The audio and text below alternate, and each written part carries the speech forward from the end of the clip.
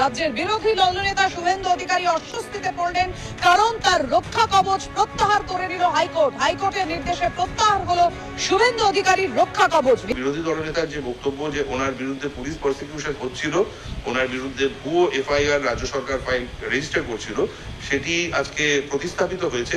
FIR গুলো বেশিরভাগই quash হয়ে গেছে।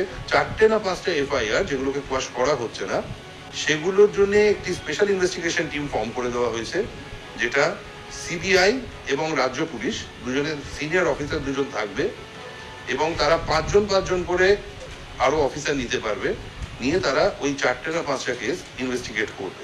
অন্তর্বর্তী আদেশ ছিল হচ্ছে মামলা যতক্ষণ শুনানি হচ্ছে ততক্ষণ কোনো ফ্রেশ এফআইআর রেজিস্টার করতে গেলে আদালতের অনুমতি নিয়ে করতে হবে। তো মামলাটি যেহেতু দুটি মামলাই আজকে ফাইনাল হিয়ারিং হয়ে আজকে জাজমেন্ট দিয়েছে, তাই জন্য ন্যাচারালি ওই রক্ষা কবচের জায়গাটা আর নেই, কারণ মামলাটি ফাইনালি আজকে নিষ্পত্তি হয়ে গেছে।